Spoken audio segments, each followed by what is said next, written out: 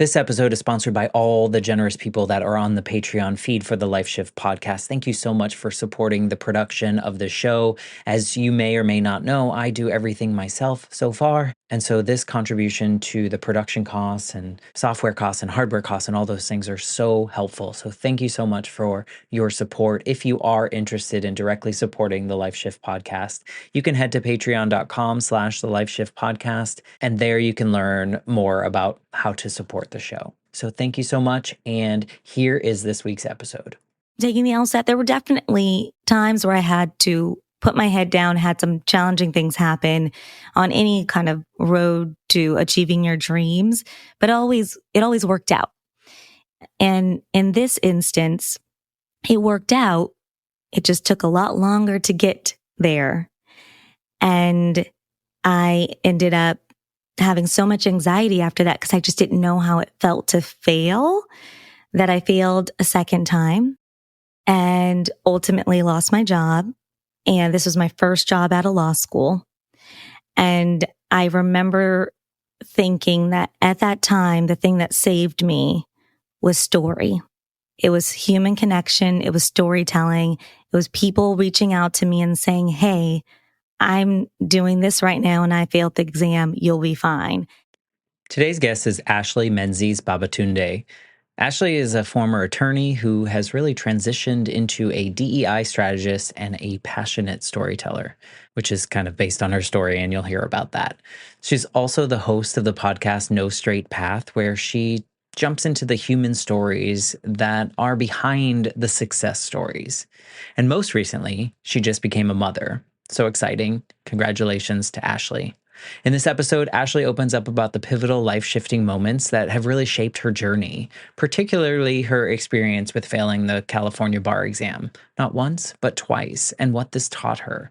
The significant setback, quote-unquote setback, forced Ashley to redefine her understanding of success, her self-worth, and her resilience.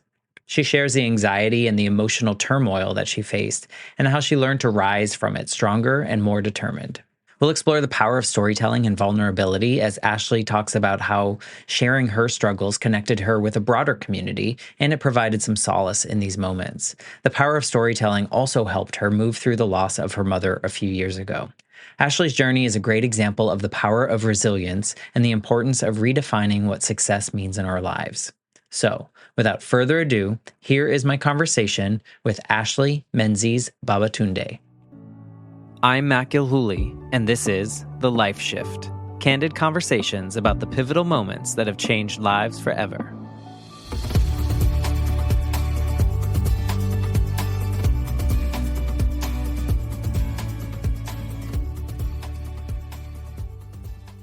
Hello, my friends. Welcome to the Life Shift podcast. I am here with Ashley. Hello, Ashley. Hi, Matt. Thank you so much for having me. Well, thank you for being a part of the Life Shift podcast. We were just talking before recording on how important this show is for me. And when you got on, you said, I was just listening and I feel seen. And that was like probably the biggest compliment you could give me for this show. So thank you for that. It is really the goal of the show, is that people don't feel alone in their circumstance. So thank you for saying that. Yeah, absolutely. We definitely have a lot of shared goals. I can just tell. So yeah. Well, where are you joining us from, by the way? It looks really nice and beautiful back there. Oh, thank you. Yeah, it's joining you from LA, where I was born and raised. And yeah, from my home, working from home today. So, well, it looks very pretty. Even if that's a green screen, you did a good job. If that's real life, even better. Oh, thank you. I can't believe you think it's a green screen. Okay, that makes me very happy. It is real life. Looks great. Maybe before we get into your story, I can just tell a little bit. If you're tuning in to hear Ashley's story and you've never heard the show before, the life shift really stemmed from my own personal experience. When I was 8, my mom died in a motorcycle accident. And after my dad told me that happened, my entire life was different from one day to the next. I moved 1,000 miles away. My parents were divorced. I mostly lived with my mom. And so everything had changed. And this was late 80s, early 90s. And most people weren't talking about mental health or helping a kid, or, you just make the kid happy and their grief will go away. And Meanwhile, I was hiding that, took that on as a responsibility to make sure everyone thought I was happy. But I always wondered if other people have these life shifting moments in which everything changes. Turns out, after 140 or so people that I've talked to, we do, because we're humans and things happen like that in life. And so I've had the honor of talking to so many people about these life shifting moments, from internal fires where people are like, I'm just going to make this happen in my life, to more external things that happen to them and what they've done with it. So I'm just honored that you want to take this space to share your story in this way, Ashley, because it really means a lot. Absolutely. Yeah. And it means a lot, to be here. So I feel grateful to share my story. I think it's certainly a part of my purpose. So thank you. Awesome. Before we get into your story, can you tell us a little bit about who Ashley is right now in 2024? Yes. Ashley is happy and fulfilled. I like to consider myself multi-hyphenate. So I am a storyteller, DEI strategist, former attorney, and wife, soon to be mother, 8 months in. So 8 months pregnant, which is exciting. That's another life shift coming. Yes, I know, right? So we'll see who I become with that. And I am just someone who really wants to center our humanity and embrace our humanity in every way possible. With the work that I do, it's mostly in the corporate space, because I am in the corporate space, and with DEI is, how do we center who we are in this capitalist society? It's extremely important to me. I love human connection. I love story. I love people. I'm passionate about it. That's what makes me come alive. And so I love having conversations like this. And you're a podcaster? Oh, I didn't Yeah, when I said storyteller, podcaster. Yes, I'm a podcaster. And my podcast is called No Straight Path. And we look at the human stories behind success. And so it's related to that general theme of how do we center our humanity? We see all the accolades. We see everything on social media. We see it on LinkedIn, on our resumes. But what's the actual journey behind that? Who are the people behind that? What are their highs? What are their lows? What are they dealing with, and what are the lessons learned? And we do it from a millennial perspective, because I'm a millennial. And so, yeah, most people are mid-journey. And I know it's a range of a generation, but I'm 34. And so, usually talk to folks between the ages of maybe 27 to 38 and kind of, talk about their lives and their future plans. That's awesome. I think I love that you're focusing on the human behind all the accolades, because I think, at least, like, I'm on the very edge of millennial, and some aspects of me are millennial and some are the previous generation, but we were kind of trained, I think, in society to really like do all the good things, get the next success, talk about those, don't tell anyone about what's happening behind closed doors at home, don't tell anyone when you're having a bad day, and everything was kind of hidden back there. And yet, in all of these conversations, and I'm sure you see this too, there's so many things that I have in common with people in their harder, more challenging, lower moments than I do with the accolades that they got, or the big awards, or the promotions, or the things. Like, I really connect on a human level in the struggle, in the pieces that make them more human, if you will. So I don't know if you see any of those things, but I love that you're focused in that space. Yeah. No, thank you. Yes, that's exactly what I see. Yeah, I think it's like the things that make us human are the things that bring us together, and perfection isn't human. And so, although we were trained to be perfect. Right. And the challenge is in there too, is like, oh, we were trained this way. Now, how do I unfold that? How do I unravel that? How do I find my humanity? So good on you for doing that and bringing those things to the world, because I think that also feeds into other people's version of success, or the way that they would classify success. I think it becomes a different definition once we know the full human story behind it. Exactly. Yeah. No, you could write my podcast bio, because that's what I talk about, helping people find their version of success now, because it's certainly changed for me. Yeah. Oh, I can imagine. I think it is changing now in like today's time. I think people are approaching things a little bit different. I think people are leaning into messy a little bit more. They're leaning into not being so perfect as much, which is nice and it's refreshing. And those of us that are lagging behind, I'm trying to catch up, you know.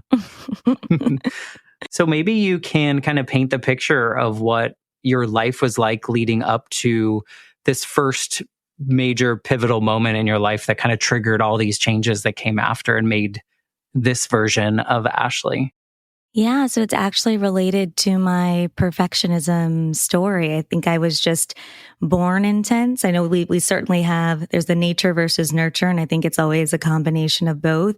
There's definitely societal expectations, but I was like born an intense child, overachiever, academic, would cry when I colored outside the lines.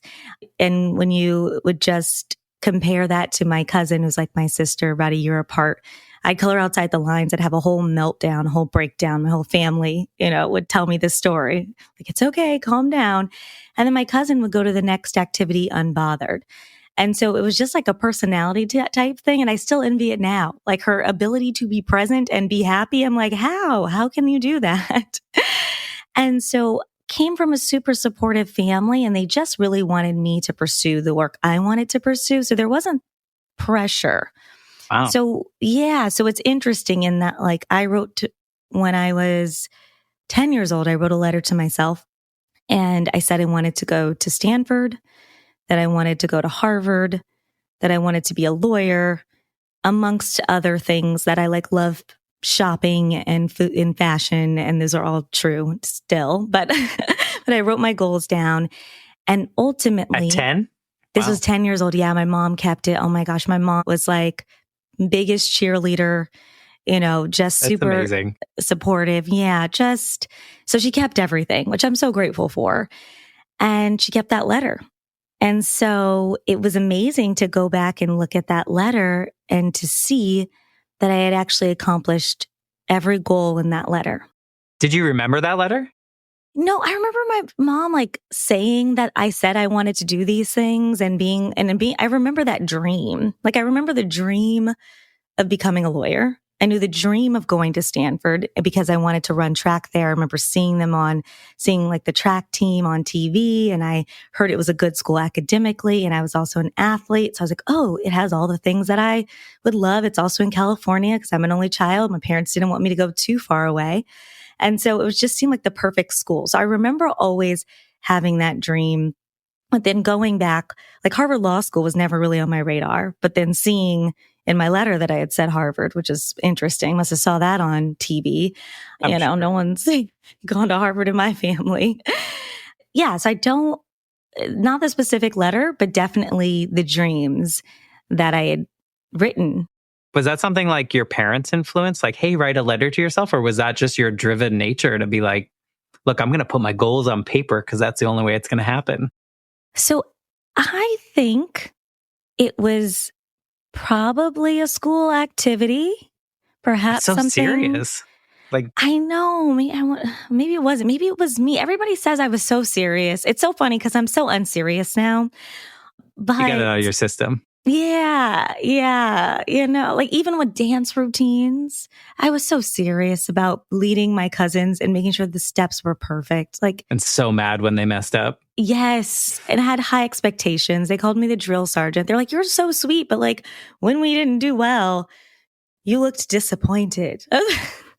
You were driven. I mean, that's so young though, but it's amazing. And I love also that you highlighted that your family was supportive, because I think there's a lot of people, and you probably talk to a lot of people with perfectionism traits. Mm-hmm. Usually it's myself, I'll just speak for myself.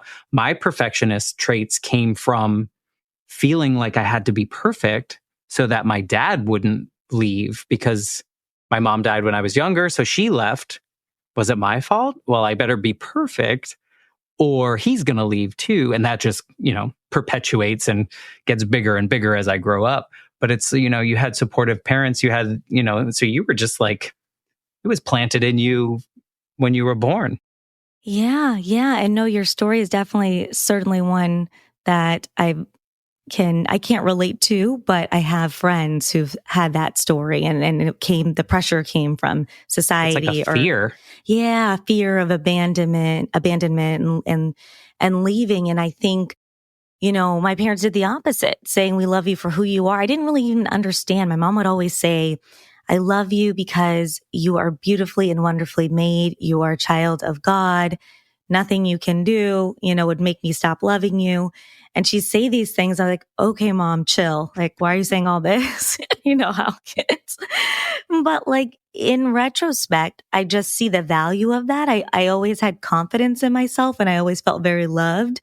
And especially also from my dad. My dad, he's lived like 10 minutes away and I needed him to come kill a spider. And he came like yesterday. It's wild. I'm almost 35, but like always love and support there. And yeah, so there's this, and it goes back to kind of like part of who you are, you're always going to be.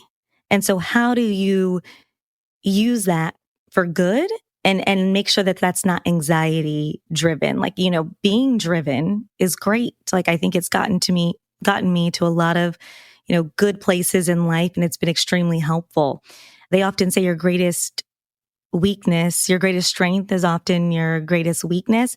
And so it's just figuring out, okay, how can I unlock the greatest parts of my ambition and my drive and make sure that it doesn't become negative and lead to mental health issues, which it can. And I've been there, which is a part of my story. And so yeah, so definitely. And so being that driven, I always worked hard and I saw positive results. So most of my life, I thought that if you work hard, you see positive results. The path is linear. I did this, I did this, I did this. Of course, I'm going to be able to do this. And so my life shift moment is actually kind of two moments connected to one. But the first was when the path was no longer linear for me. And that was the California bar exam. I had, almost checked off everything on that list. I was about to become a lawyer and I failed the exam and I was crushed. Oh, I bet. That's much worse than coloring outside of the lines for your brain, I bet. Yes. Very, very challenging at that time. So difficult, devastating, felt like the world was over. And was that like the first big thing that you like hit a wall on or hit some kind of speed bump, if you will? Yeah, and big bump, because I don't want to minimize the other challenges that I had previously, on this journey to academic success. I think that there were hard times because with just the late night studying and the pressure and the anxiety and the Socratic method, being at Harvard Law School and Miss Menzies, what are the facts of the case? And Miss Menzies, all these I don't know how you did it. different things. Yeah. I look back and say, wow, proud of that girl. I don't know if I could do that now. You don't have to. You already did it. Yes. Check that one off. Exactly. So yeah, there were taking the LSAT. There were definitely, times where I had to put my head down, had some challenging things happen on any kind of road to achieving your dreams, but it always worked out. And in this instance, it worked out. It just took a lot longer to get there. And I ended up having so much anxiety after that because I just didn't know how it felt to fail, that I failed a second time and ultimately lost my job. And this was my first job out of law school. And I remember thinking that at that time, the thing that saved me was story. It was human connection. It was storytelling. It was people reaching out to me and saying, hey, I'm doing this right now and I failed the exam. You'll be fine. Hey, during this time, it was 2017. And especially in these really academic kind of elite institutions, people really don't talk about failure. And so probably we're never allowed to. Yeah. Right. Not allowed to. That is not the culture. And so it meant so much when people shared with me. And so I thought, I've got to share my story. And that led to a blog post once I actually passed, because I dug deep and I did pass the exam. And that led to a lot of people reaching out and making me realize, okay, there's something here about storytelling and vulnerability, and I need to do something with this. So that hitting the wall that like stopped you in your place and said, wait a second, life isn't, I don't want to say easy because it wasn't easy, but life is not going to just continue. Like, you're going to have to put a little more in this time. Life might not, work itself out in the ways that it has before. You're leveling up to something new. And it gave you this little challenge. It was almost like a pause in your life too, right? Like in this, like, I picture like a car screeching to a halt in a way, because it made you kind of think like, okay, now I have to like sit here and figure out what the next step is. And then people intervened, and that whole like, we connect with the things that are hard. We connect in those valleys. That was like a perfect example of all these people being like, I did it too. And it's okay. And and I'm sure around you, I'm sure your parents were like, it's okay. You'll figure it out. Right. I mean, it sounds like your parents were pretty supportive in general. So how did they respond in that moment? Yeah, they were extremely supportive. They, they felt bad. They knew, they just saw how hard it was for me. So there wasn't really anything that they could say. So I could see a little bit of the helplessness that they felt, but they were extremely supportive. My husband, who was my boyfriend at the time, I literally thought he might leave me. He was, what is wrong with you? Yeah. But at the time I was like, oh my gosh, because I had also, I learned a few lessons. The first was I had tied too much of my self-worth to my accolades and my accomplishments. And so it was the first time where I had to realize that my self-worth comes from my humanity. It comes from my innate qualities. It comes from my ability to actually just get up and try again and be resilient. It comes from things outside of anything related to accomplishment. People still loved me. When we talk about that, like that unlovable kind of, issue people might have when it comes to pursuing success. And I didn't think I had it, but this circumstance made me see that I was tying too much of my worth to those things. So it allowed me to kind of take a step back, pause, think about what I'm learning here, and then ultimately think about what I might want to do with this. And in addition to the blog, I thought one day, don't know when, I want to put a podcast out. And I want to tell these stories because I think they can be extremely helpful. Do you think that was triggered because of how others' stories made you feel, or how it felt when you put your story out there? Probably a little bit of both. That's a great question. I think. And the reason I asked that too, while you're thinking about it, is had you taken the time in the past, because it sounds like you were very accomplishment driven. You wanted to see the next thing you could do because you knew you could do it. You had this confidence in you. Had there been moments before in which story had impacted you in these ways? Or was this really the first time that kind of broke through and was like, oh?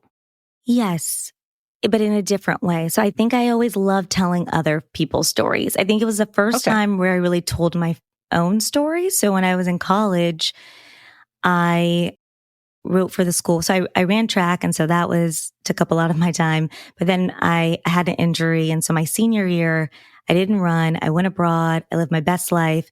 And what did I do? I started working on the school paper. And it was really just a very short period of time, but I worked on the feature section and I loved it. And I just interviewed classmates about their personal stories. And within that short period of time, when I wasn't even trying to get an award or get an accomplishment, I got the best feature story, right? When this was, and so it was an interesting thing that I don't know, maybe I stored it away, but I loved it. I loved being able to tell meaningful, impactful stories based on the personal journey. And so I think that this was the first time where I was sharing I had my own story to really tell. And well, you had it before too. I did. You're right. But but I felt like it was not interesting. But it's, I understand it totally. It's when we have a crack that others can see is, I feel like, when a story impacts me even more. So it's interesting to hear. I'd love to know what about telling those people's stories in the school newspaper, like, how did that make you feel? Was it something like where you were like, oh, like humanity? Or were you like, this is just really interesting and so cool? Or did it hit you in the feels? Or was it more like, I want to get their story out there kind of thing? yeah, I think it was both. It hit me in the feels because this was a particular issue that was important to me. I had a friend who was undocumented. I remember I was in the dining room and we were all talking about where we were going next. I'm going here, you're going here, and everyone's sharing. We're going to this consulting firm. I'm going to be a paralegal. And then I was talking to my friend I know, and he is an econ major and was just really brilliant. And so I thought he'd be going into finance or something. I knew he came from, Mexican American low income family. So I knew he'd probably go, like most of us, for the money so that we can help our families. So that's what I was thinking. I was, oh, are you going to be at Bain? Or are you going to be at this? And then he said to me, oh yeah, my citizenship status, just working on that. So I don't know what's next. And I said, oh, okay. And then you could tell I was a little confused. He said, because I'm undocumented. And you could tell I was also still confused. And then he whispered, Ashley, I'm illegal. And I just remember feeling like very shaken in that moment, not really understanding it, not understanding how could he be at Stanford with me and like have all these same opportunities, but then you can't work and you're getting educated in America, but then you may not be able to go off and actually use your education. I had so many questions.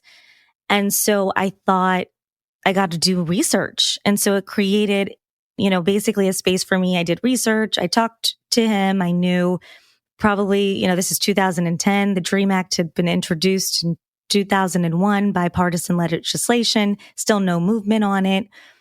We weren't talking about it that much. And so it kind of led me really to do all this work in that area and to work with his lawyers to see if we could even, how can we do this and put this story out? Because I think people need to know. It led to an organization that once I graduated that started working with the DREAM Act. I helped with the documentary. We raised DACA scholarships. So I know, I'm a passionate person. That's a life shift too. Yeah, that's happening? Another life shift. Right. Yeah, no, you're a passionate person, but like you think like you got injured, which then caused you this opportunity. Like there's so many little triggers that happen to pull you into this space. And I can't help but draw parallels to even the work you do now and helping people tell their stories and to success, which are probably circuitous routes similar to your classmate. Yeah. No, you're right. You're right. That's why I love having these conversations too, because it's a therapy session for me. Well, I mean, it's just like so beautiful to hear a person that is so driven for knowledge, for connection, achievement is also good. That's a good quality to have. There aren't a lot of people like you. I don't know if you've noticed this in the world. Like, there are a lot of people that are driven for like money or this or that or other, but it seems like you're driven by humanity, whether that's your own humanity because you want to be the best version of Ashley you can be. Growing up, seems like that's what you were doing to like just achieve the things that make you happy. But then all the other I did this and this for your classmate you're changing lives through your passion for the world and living. So like kudos to you for just being you because you've changed the world in that way. So I just wanted to pause and say that because you don't see a lot of people like you. Thank you so much. Yeah, no, I appreciate it. Thank you for saying that. I appreciate that. There's a lot of us that are like perfectionists and can relate to that aspect of your life, but we do it for different reasons. And to know that it was born in you in this fire way of like passion for whatever you're choosing to do is really inspiring. And I hope there are other people out there that see that, you can go through, you can get all your achievements that you want to, and you can kind of pass through. And even if you hit the bar, and you literally hit the bar a few times, and then eventually like life works itself out because you've changed. I mean, let's count all the lives you've changed just in this short little story. Oh, wow. Oh, you're just warming my heart. But I know I appreciate that. And and it's good to kind of understand that about myself and know what drives me. Because then if I'm doing work that's not necessarily pushing the envelope to Do you feel that support deep in humanity, then you when can you're not feel doing something aligned? Oh yeah. Oh yeah. I mean, how do you take care of something like that? Well, it's easier to do now because I know who I am, where I'm going, what I want to do. Well, I don't know always where I'm going, but I have That's a general, okay. You have a general direction. a general direction, but you do get lost.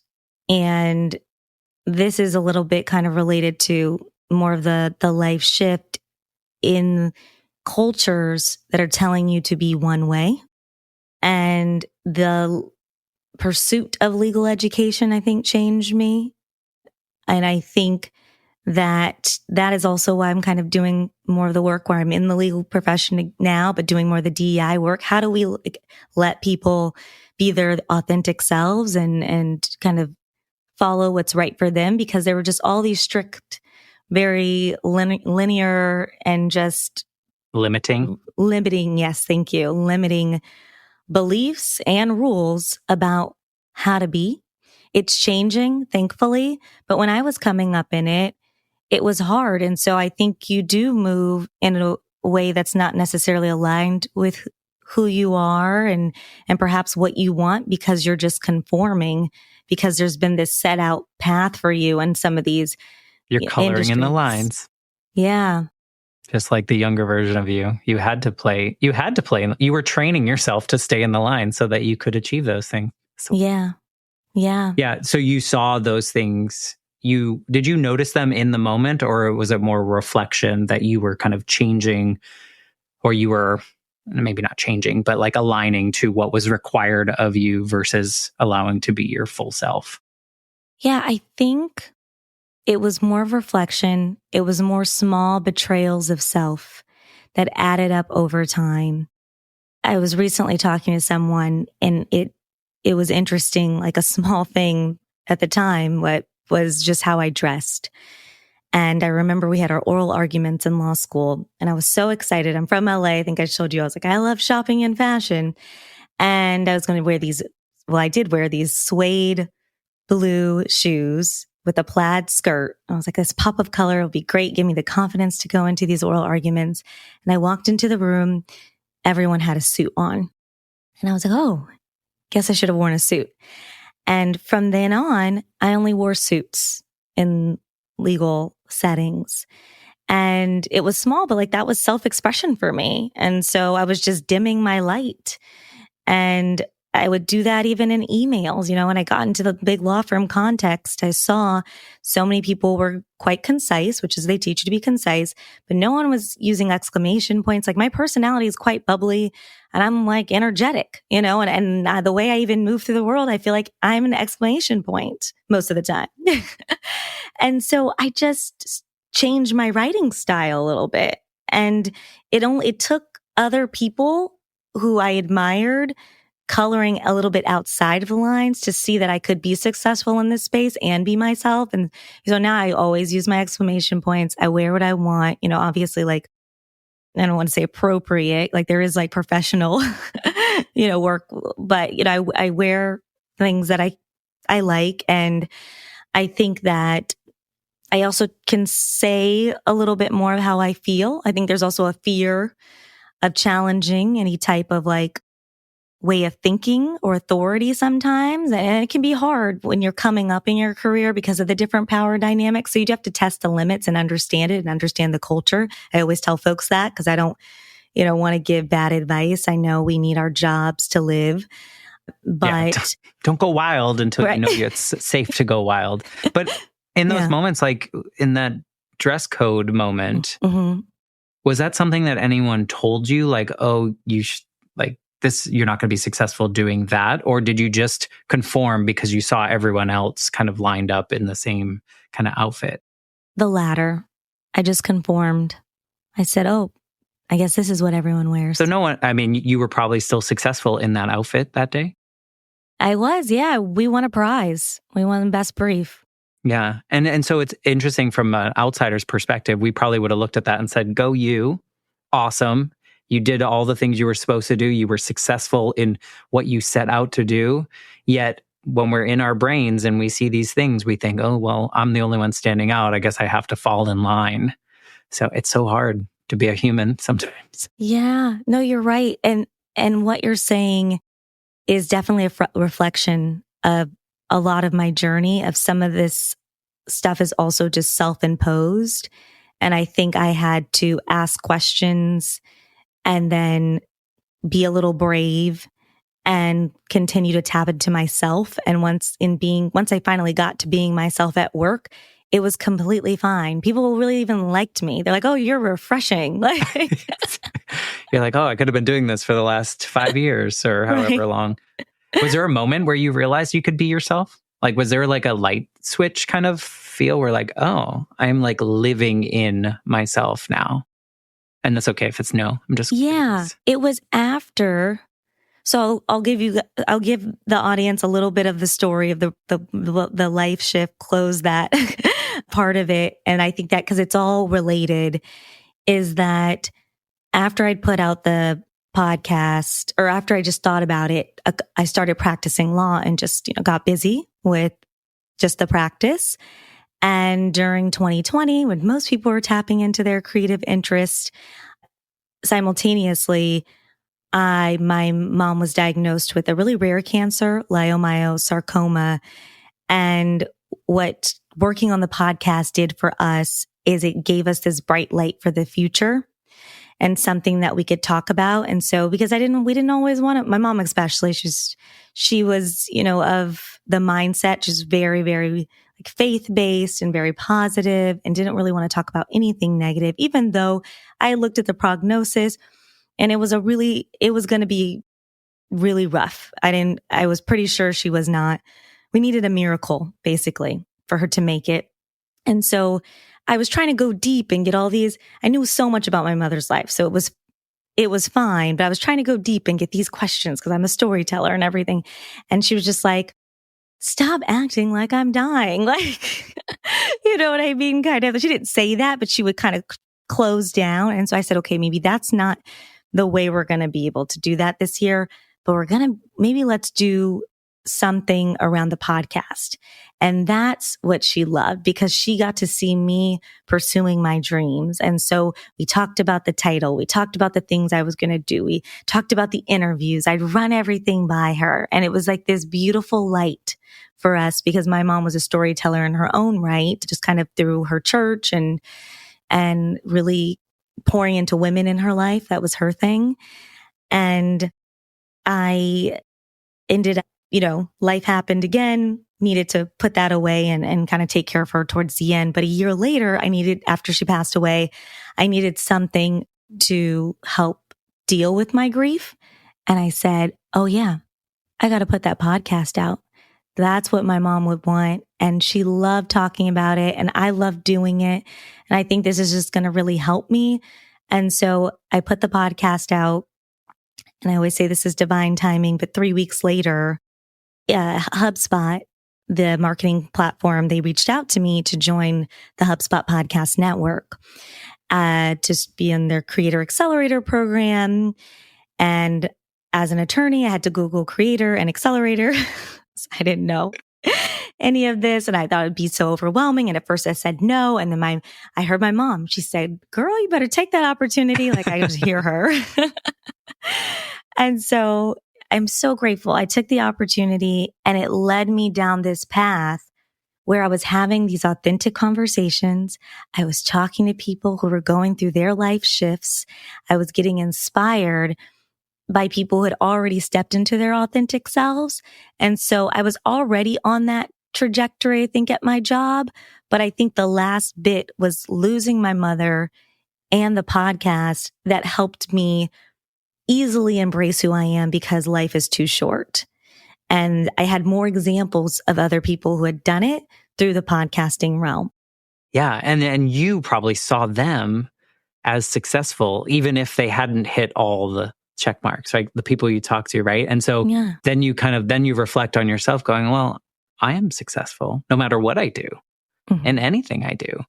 And it becomes, I understand that because like having these conversations, you're just like, oh, I am a valid human. Like I actually like, oh, when I had this conversation with someone, her father died when she was like 4 or 5. And so growing up, she had very similar feelings to me. And she said something which totally validated my experience because she said, we were talking about like our teenage years and how both of us imagined or told ourselves that our parents were in witness protection. At some point, they would come back because that was a form of like grief, like trying to push down a little bit of grief, trying to get that make believe to be more of the real story.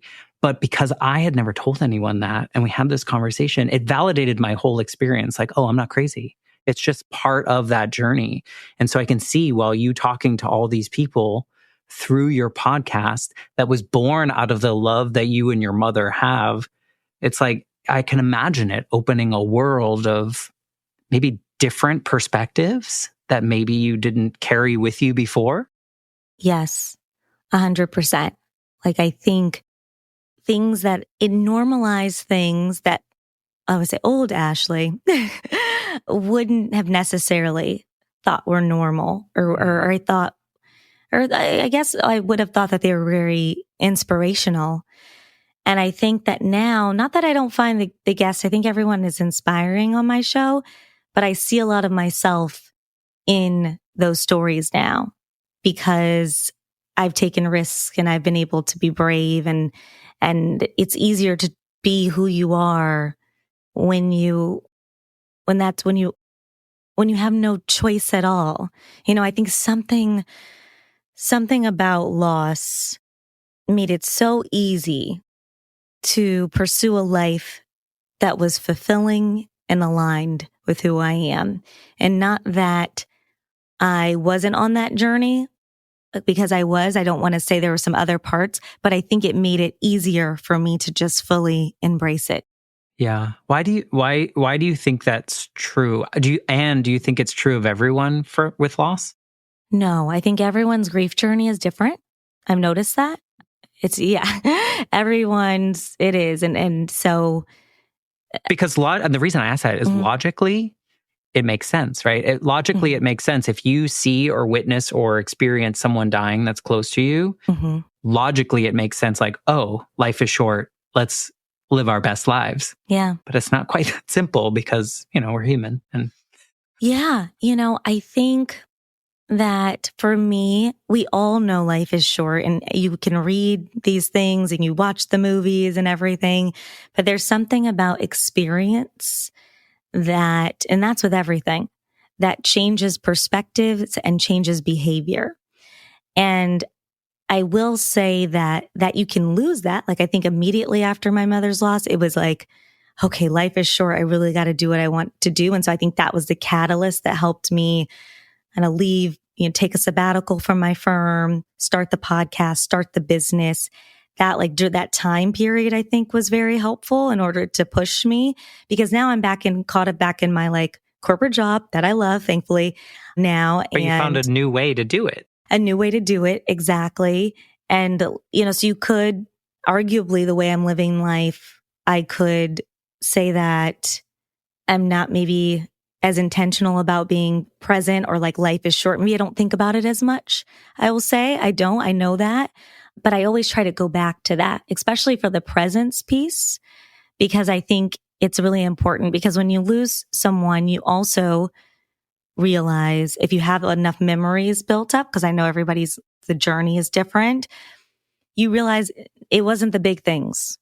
It was always the small things. It was, even now, be preparing for motherhood, because my grandmother also, who I was raised with my mom, dad, grandmother in the same home. A year and a half after my mom passed away, my grandmother passed away. And we were extremely close. And so I see every little thing that they have done and how it's showing up in my life and how I want to show up as a mother. And it feels really, really good. And it was never the big stuff. And so I think it also just recenters you and helps you kind of focus on what's most important. But you do have to always kind of come back to it because the life hustle and bustle will get you, you know? Yeah. I also think there's something about losing someone in the way that you did, at least with your mother, and watching someone approach death essentially and know it's happening. Like I had that experience with my grandmother. Because my mom died when I was a kid, sudden death, didn't understand it, didn't have the time to or the ability to process it. 20 years of grief, a long journey. Yeah. But because of that, I got a really close relationship with my grandmother. She was basically my mother. She was my best friend. She was like the motherly stand-in. And then when she was diagnosed with cancer, it was like because I failed so hard at losing my mom, in my mind, this perfectionist mind, because I did it so terribly, I was going to do it right. And so I leaned into everything. Like I had the conversation, like that last conversation that you should have instead of saving it for the funeral kind of thing. Like I told her everything she meant to me. I told her everything that she brought value to my life. We had that conversation. I sat with her for her last 5 days of her life. Actually, today on recording is the day that she died 9 years ago. And so, but that experience changed me as a person way more, I think, than the way I lost my mother. So I think I say all that to say, watching someone lose their abilities, lose, their will to live at some point, all those pieces, watching that and then watching them take their last breath changes a human in a way that is beautiful, but also like indescribable. And I don't know if you feel the same way or if you had a similar experience, but I do think there's something to that type of loss that changes someone. Yeah. No, I feel it. And I experienced it with both.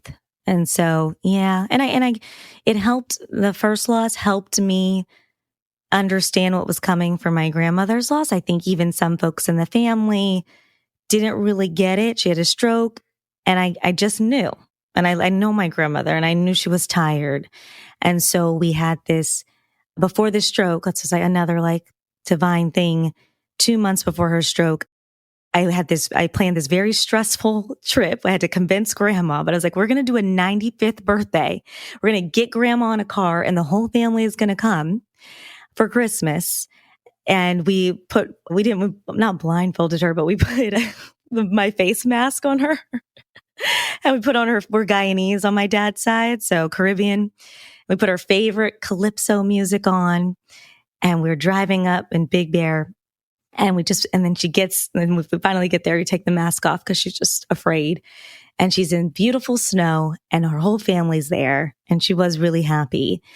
And I felt so grateful that we were able to do that, not knowing, but knowing she was slowing down. She's 95, right? So you just never know. But then a couple months later, that's when the stroke happened. And then that's when there was a huge decline and I didn't see her coming back from it. But we had other family members who were like, having her do physical therapy and not really getting it. But I was in LA. Not everybody was in LA. And I didn't know how to say it, but I knew. So when all that was happening actually was when I was at the height of the podcast stuff. And when I decided to also take the sabbatical. So there was a lot going on. And then I was also planning my wedding. Though. So, yeah. So that's not stressful at all. Happy things too, and stressful things. But yeah. I think when you witness what you did with your mom, I think you look at life differently when other people are passing. And there's like this, I don't know, maybe I'm speaking out of turn here, but it almost feels like there's more of an acceptance of an end.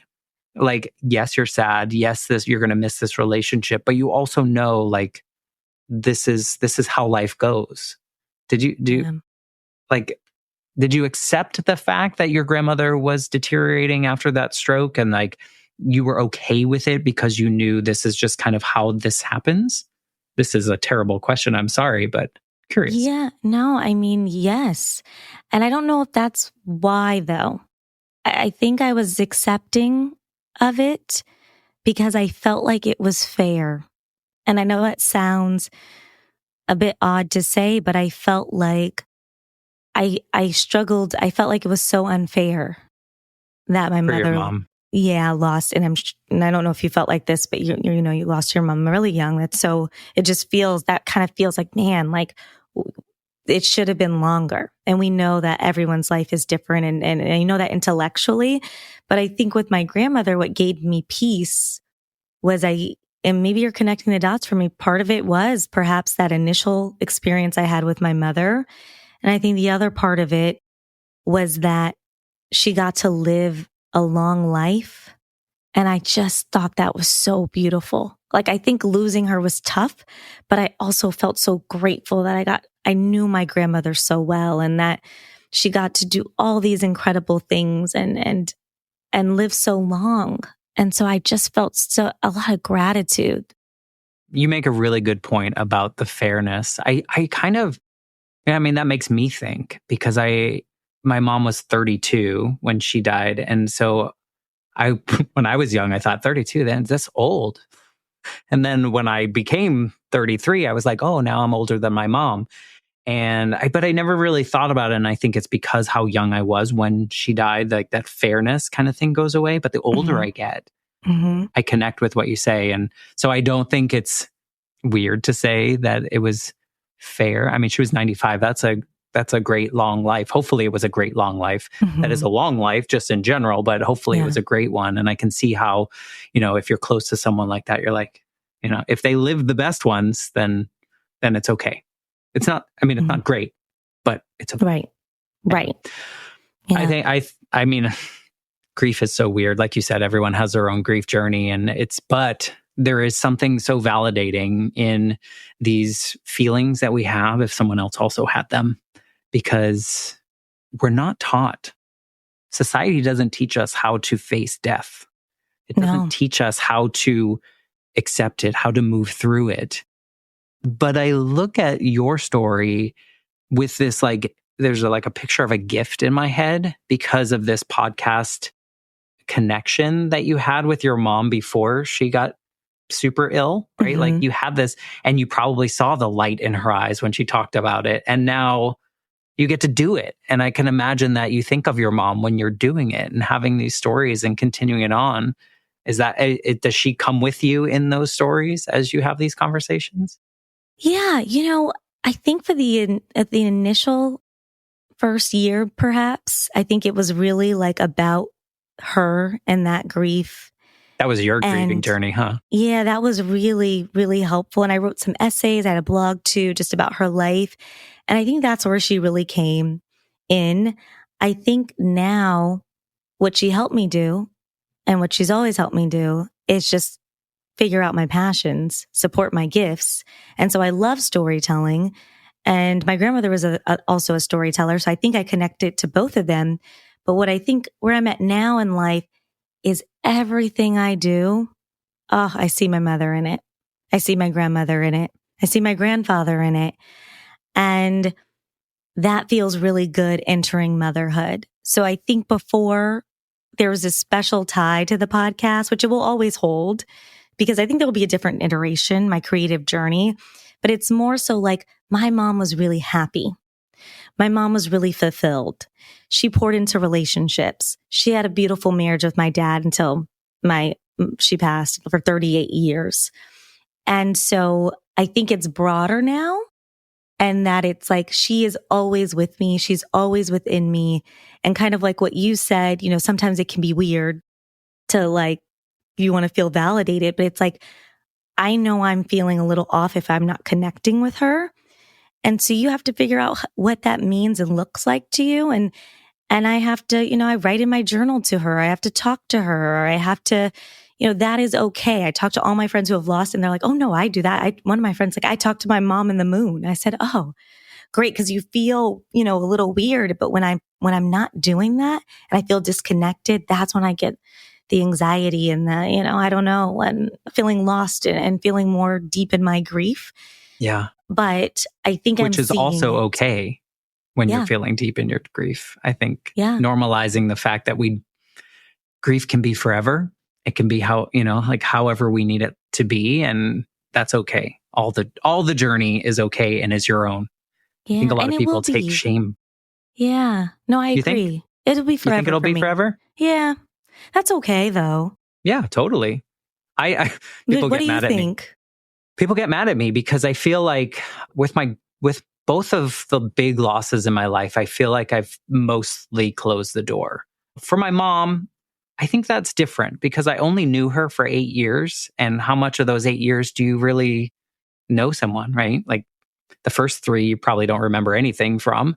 And then the memories come a little bit farther. So my whole life growing up, my mother was more of like an idea or a figment. Like I remembered her, but I only remembered the idea of her. So that one it took a long time to get over that grief journey because of what I attached to it.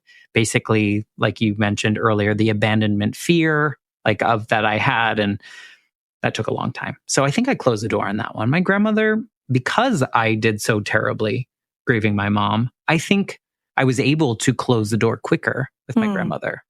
Yeah. So I get sad.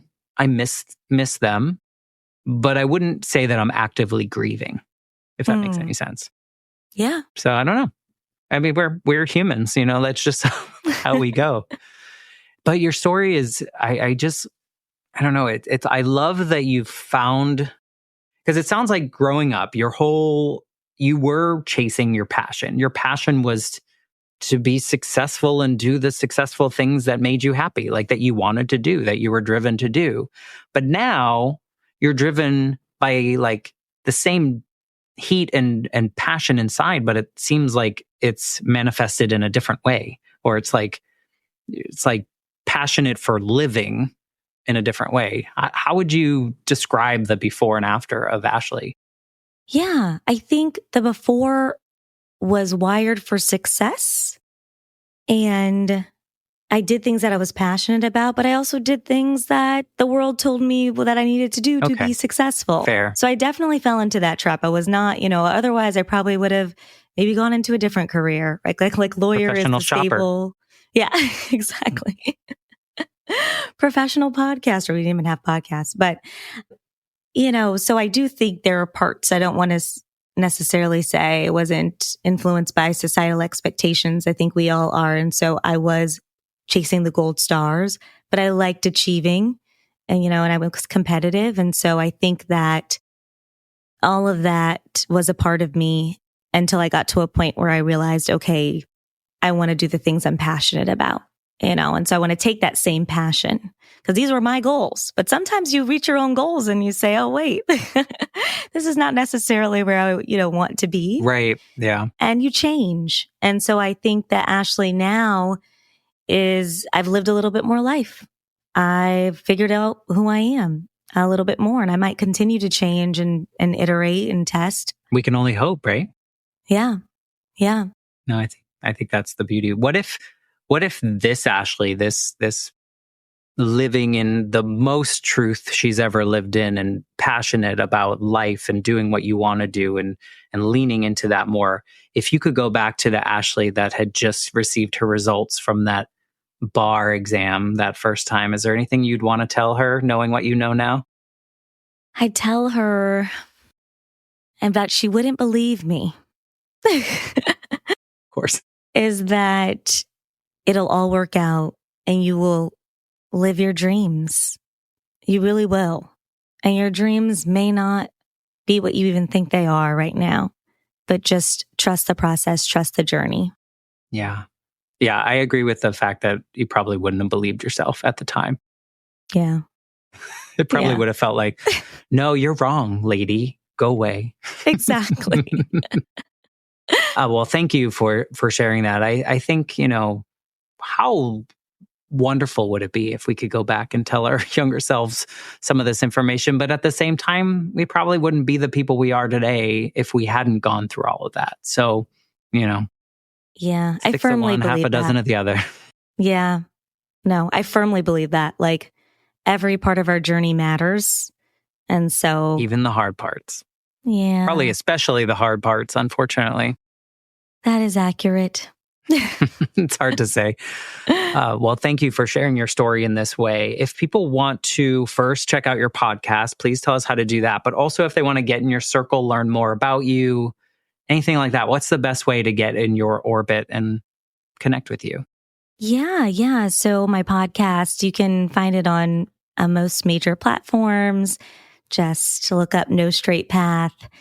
And you can also find it, on the HubSpot Podcast Network website.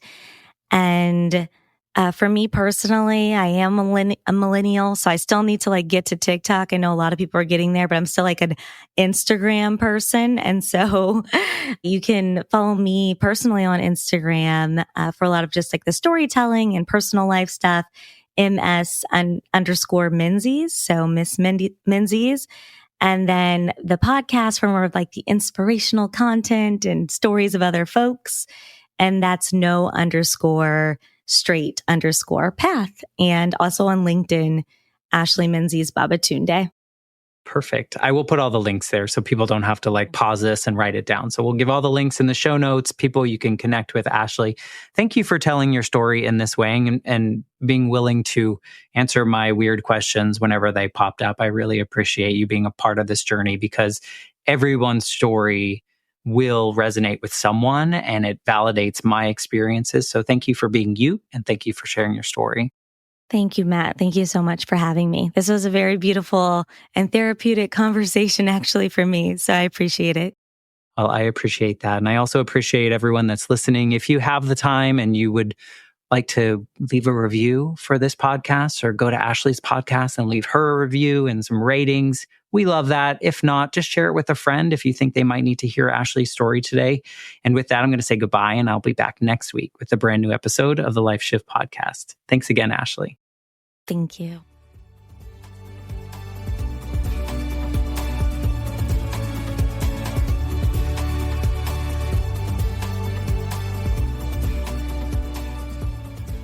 For more information, please visit www.thelifeshiftpodcast.com. Hey everyone, I hope you are having a wonderful day so far. I am just dropping this special little clip into all the episodes. So no matter what episode you're listening to, this is actually pretty current as of July 2024. I wanted to come on here and just say a big thank you to Earworthy because the Life Shift podcast was just named the best overall podcast of the year in the first Earworthy Independent Podcast Awards. And you've probably seen some articles written about the Life Shift podcast before, written by Earworthy. And now he is launching, from his online publication, he is launching these yearly winners of Independent Podcast Awards. And these are specifically for indie podcasters. We are those that wear all the hats. We create the show. Some people write the show. We're producers, sound engineers. We troubleshoot all the tech. We do any kind of research if we need to. We host the shows. We distribute the shows. We do all the things that relate to our shows because we love it.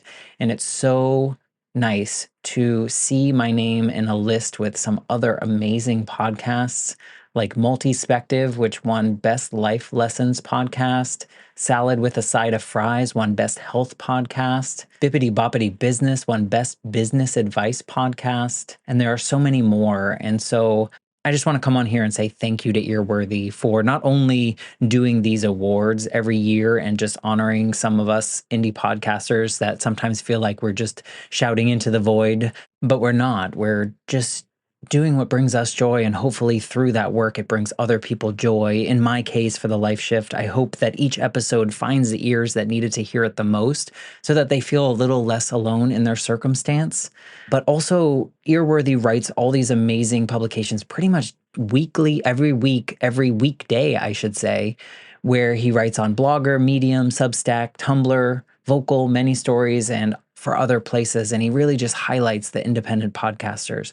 So thank you, Frank, for everything you do with Earworthy and for recognizing all of us in the first Earworthy Independent Podcast Awards.